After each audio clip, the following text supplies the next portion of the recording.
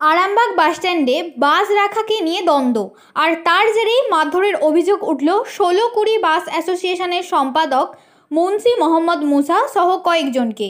অভিযোগের তীর তৃণমূল কর্মী তথা বাসস্ট্যান্ডের পার্কিংয়ের দায়িত্বে থাকা শফিকুল ইসলাম ওরফে মেজকার বিরুদ্ধে। এই ঘটনাকে ঘিরে বাসস্ট্যান্ডে তীব্র উত্তেজনার সৃষ্টি হয়, এমনকি স্টার্টার অফিসে ঢুকেও হামলা চালানো হয়েছে বলে অভিযোগ। খবর পেয়ে ঘটনাস্থলে ছুটে যায় আরামবাগ থানার পুলিশ। তারাই পরিস্থিতি নিয়ন্ত্রণে আনে। যদিও তৃণমূল কর্মী শফিকুল ইসলাম মারধরের ঘটনার কথা অস্বীকার করেছেন। এখন শুনুন তারা কে কি জানালেন। এইদিকে চ্যানেলটা আমাদের 16-20 বাস এখানে দাঁড়ায়, এখান থেকে ছেড়ে যায়। তো হঠাৎ আজ সকালবেলায় আমার স্টাফ মালিক আমার ফোন করে বলছে যে মেজগাড়ি আমাদেরকে ওই চ্যানেলের গাড়ি রাখতে দিচ্ছে না, আমাদেরকে বাই প্রেসার আজ একদম দক্ষিণ দিকে গাড়ি রাখছে। এবং যেন আমাদের তো দীর্ঘদিনে যেদিকে বাসটা বন্ধ হয়েছে সেই থেকে আমাদের তো এইদিকে আমরা একটা গাড়ি রাখি, আমাদের সঙ্গে আলোচনা করে আলোচনা করে করতে পারতো। তো ওরা বলেছে আমরা সেটাকে রাখছি। সে বলছে তো সেটাই বাপের বিকুমুসের বাপের মাস্টার, আমি ইনচার্জ, আমি যেখানে বলবো সেখানে বলার পর আমি বললাম ঠিক আছে আপনি যাচ্ছেন, আমি এলাম মেয়েটার সাথে কথা বললাম। আমি বললাম বাম্মা তুলে গালাগালি করছে কেন, একটা আলোচনার ভিত্তি থাকতে পারে।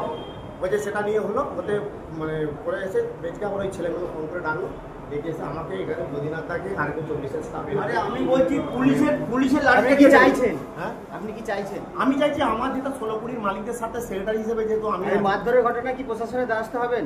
100 বার দায়ী হবো। আমি তো আমরা আইন মানা লোক, আমি তো মারপিট করতে যাবো না।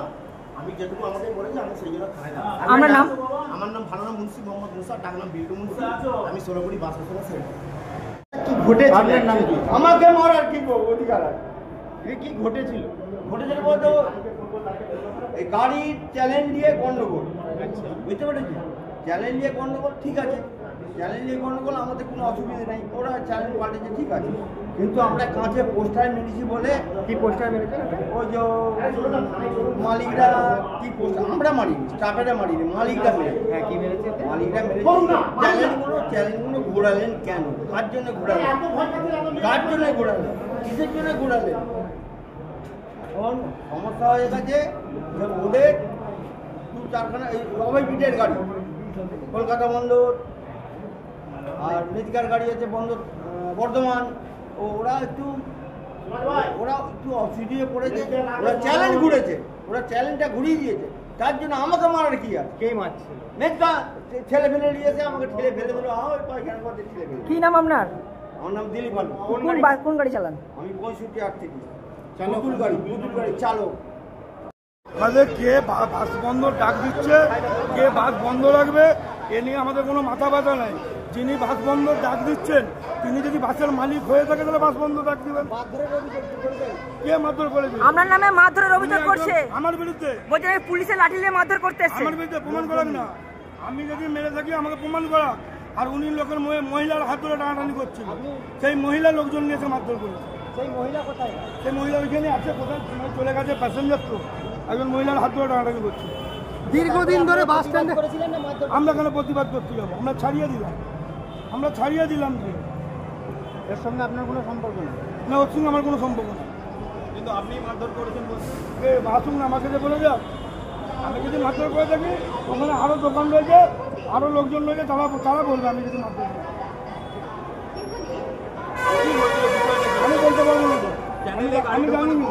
চ্যানেলে গাইড করে আপনারা তো জানেন যে আরামবাগ বাস স্ট্যান্ড একটা দীর্ঘদিনের যানজটের বাস স্ট্যান্ড। এই বাস স্ট্যান্ডে কি 3 ঘন্টা করে গাড়ি রাখা বাস স্ট্যান্ড এটা?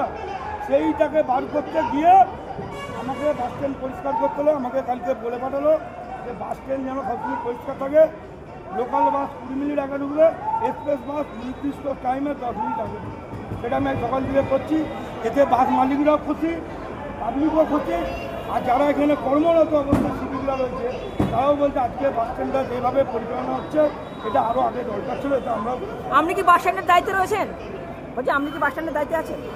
বাস স্ট্যান্ডের কি দায়িত্বে আছেন? বাস স্ট্যান্ডে পার্কিংয়ের দায়িত্বে আছে। এটা আমার 2 ঘন্টা করে কারা গাড়ি রেখে রয়েছে? 24 নম্বর 16 নম্বর মোটামুটি আপনি ধরুন একটা গাড়ির টাইম হচ্ছে, সাপোজ আপনাকে আমি বলছি, তখন কনফার্ম আমি হতে পারছি না, তখন বলছি আপনাকে আনুমানিকভাবে একটি বাস যাবে 2:45, সেই বাসটা 12:30টায় ঢুকে দিচ্ছে। তাহলে 2 ঘন্টা 15 মিনিটের জন্য কি এই বাস স্ট্যান্ডে গাড়ি রাখার জায়গাটা 2 ঘন্টা 15 মিনিট সে পার্কিং করবে? তাহলে দূরপাল্লা গাড়িগুলো কখন দিয়ে তাহলেই তো অটোমেটিক বাস স্ট্যান্ড জাম হবে।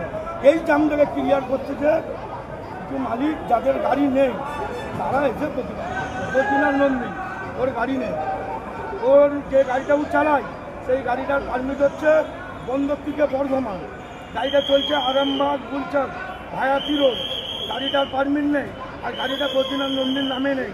বদ্রীনাথ নন্দী যদি বাপের বেটা হয়ে থাকে তাহলে তার গাড়ি আর পারমিট আমাকে দেখান।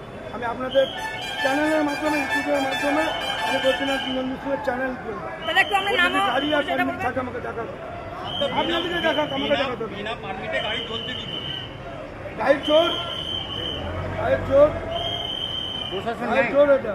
প্রশাসন তো এগুলো তো প্রশাসন দেখার, আপনি তো পার্কিং এর দায়িত্বে আছেন। পার্কিংয়ের দায়িত্বে আছি, আমরা তো কিছু বলি না। আমরা ওকে বলেছি কি গাড়িটা চলতে দেবো না, কি চলছেন কেন, আমরা তো কিছু বলি না। মারধরের অভিযোগটা কি মিথ্যা? পুরো ভিত্তিহীন মারধর, ওর অভিযোগ পুরো ভিত্তিহীন। তা হাত ধরে টানাটানি করছিলেন, উনি লোকজন নিয়ে তো মারধর করে চলে বাইরের লোক ওই একটু বাসগান। নিউনুর সোফা সেন্টার, এখানে সমস্ত রকম সোফা পাইকারি ও রিটেলে বিক্রয় করা হয়। সমস্ত সোফা নিজস্ব কারখানায় তৈরি করা হয়। প্রোপাইটার হানিফ হোসেন খাঁ ও রুহুল হোসেন খাঁ, বড়ডোঙ্গল হাটতলা সিনেমা হলের সন্নিকটে, হুগলি। যোগাযোগ 7797170093 এবং 9382003105।